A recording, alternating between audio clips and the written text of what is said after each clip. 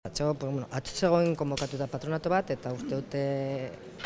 ikusi dugunez gai ordena oso garrantzitsua zen, eta hor aprobatu da, eta aurrera jarraitzen du aurkeztu zen programazio kulturala, baita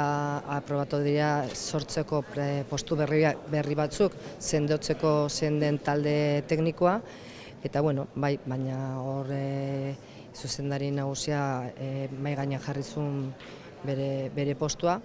eta hor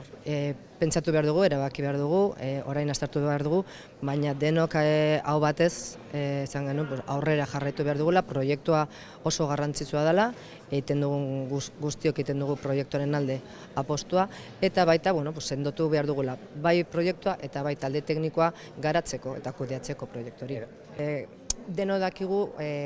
hilabete, pasadiren 7-8 hilabete hauetan, egoera ez da batere erraza izan. Bai medioetatik, bai beti egon da, pizkat kolokan nola baitez, baina egia da instituzio guztiak egiten dugun apostua sendoa dela eta proiektuaren alde dela, eta horrela jarraituko dugu.